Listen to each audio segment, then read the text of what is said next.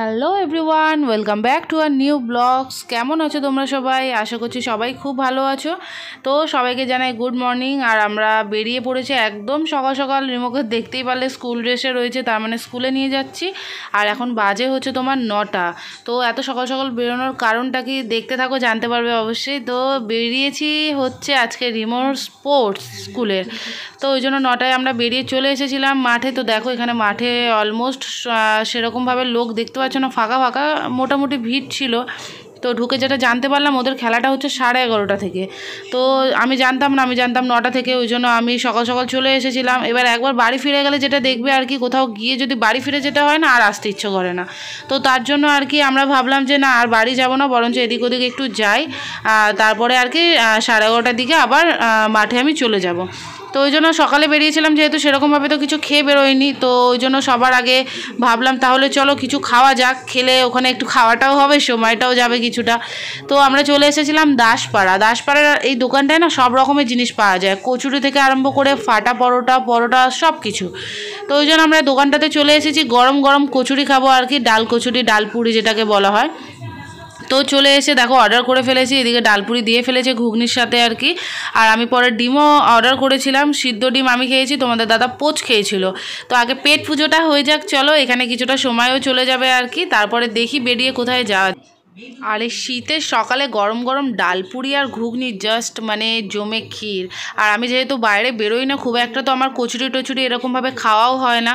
তো ছুটির দিনটা বেরিয়েছি যখন, একদমই মিস করা চলে না। তো দেখো সকাল সকাল বাজারও বসে পড়েছি, বেশ ভালোই ভিড়। সকাল সকাল যেরকম হয় আর কি বাজারের চিত্তরা, সবাই চলে এসেছে বাজার করার জন্য, সবজি ফলমূল মাছ।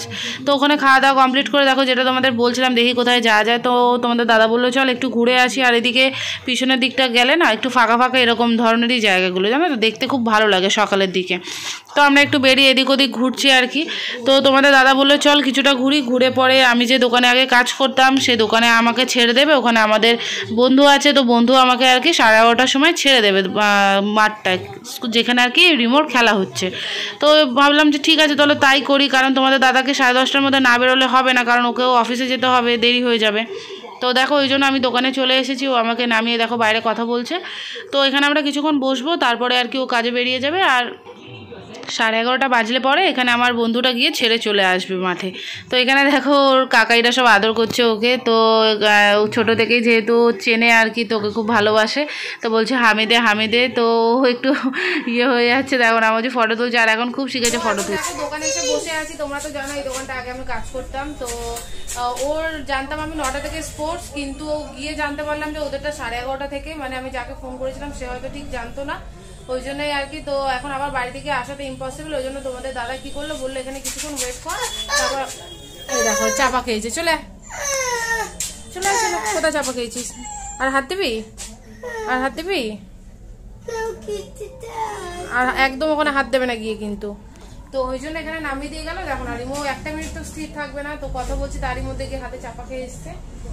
তো ওই জন্য একটু ওয়েট করি এখানে, আর কিছুক্ষণ পর মানে আমাদের যে বন্ধুটা আছে সে কিছু ছেড়ে দিয়ে আসবে, ওই জন্য একটু বসে রয়েছি। কারণ বাড়িতে গেলে কি বলতো, তখন আর শরীর দেবে না, আবার সে অতটা হেঁটে আসবো, ওই জন্য একটু ওয়েট করে যাচ্ছি। তো চলো ফাইনালি ওখানে গিয়ে তো দেখাবো কি হচ্ছে না হচ্ছে। তো ফাইনালি মাঠে চলে এসেছি। তো এসে দেখি ভালোই ভিড় হয়ে গেছে, দেখে বুঝতে পারছো বাচ্চাদের খেলাটা যেহেতু দেরি করেছিল, ওই জন্য সকালের দিকটা ওরকম ফাঁকা ফাঁকা ছিল। তো চলে এসেছে, কিন্তু রিমো তো হচ্ছে এক জায়গায় দাঁড়ানোর ছেলে না, ওকে দিয়ে কি খেলাবো। ওদের জন্য করেছিল পাসিং দ্য বল বসে বসে। তো কিন্তু রিমো সেটা খেলতে একদমই ইন্টারেস্টেড নয়, ও খালি দৌড়াবে করে যাচ্ছে, কারণ ও যেহেতু দুষ্টু, তোমরা তো জানোই, আলাদাভাবে বলার কিছু নেই। তো ওর জন্য এই খেলাটা একদমই নয়। তো অন্য বাচ্চারা তো তাও চুপচাপ বসে খেলছে, কিন্তু ও খেলবে না, ওকে একদম হেড মিস দেখুন ওর হাত ধরে রেখেছে, ও যাতে দৌড়াতে না পারে, ওকে বসাবে বলে আর কি। তো বসেছে ঠিকই, দেখো না ভ্যা করে কেঁদে যাচ্ছে, ও বসবে না। তো ওই জন্য আরেকজন আন্টি এসে ওকে আদর করছে, ও কাঁদিস না বাবু, কিন্তু ও খেলবে না। তো কিছু করার নেই, এতক্ষণ যখন ওয়েট করে রয়েছি, কোনো খেলায় যদি পার্টিসিপেট না করে তাহলে কি ভালো লাগে বলো। তো ওই জন্য বলছি বাবু একটু বস, একটু খেল।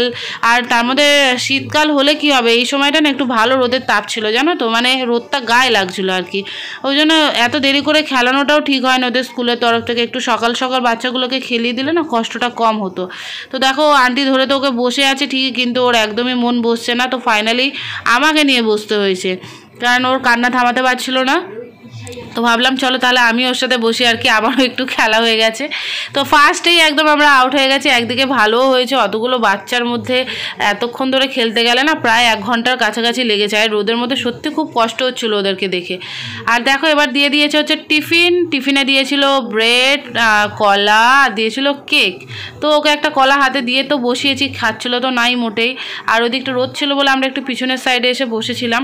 আর ও দৌড়াবে বলে ওর জন্য আমি অপেক্ষা করেছি আরও 1-1.5 ঘন্টা জানো। আর এই দৌড়াচ্ছে কাদের সাথে জানো? নার্সারি 2 এর বাচ্চাদের সাথে। তোমরা দেখেই বুঝতে পারবে ওর থেকে প্রত্যেকেই বড় আর কি। কিন্তু ও যেহেতু দৌড়াবে করছিল ওর জন্য আর কি আমার এতক্ষণ ওয়েট করা। ঠিক আছে তুই দৌড়া, হোক না হোক সেটা আলাদা ব্যাপার, আসলে দৌড়াক আর কি। ও দেখো না এখনও আন্টির হাত ধরে রয়েছে, আন্টি ছাড়তে পারছে না কারণ ছাড়লেই ও পালাচ্ছে। তো এই আর কি। তো দেখো ফাইনালি রেস শুরু, সবাই পালিয়েছে। তো ওকে বলেছিল মালাটা নিয়ে যাওয়ার জন্য, ওর নিজের মালাটা নিয়ে তো গেছিলো, আবার পরে থাকতে দেখে আর একটা মালা আবার ওটা এসে নিয়ে চলে গেছে। তো এখানে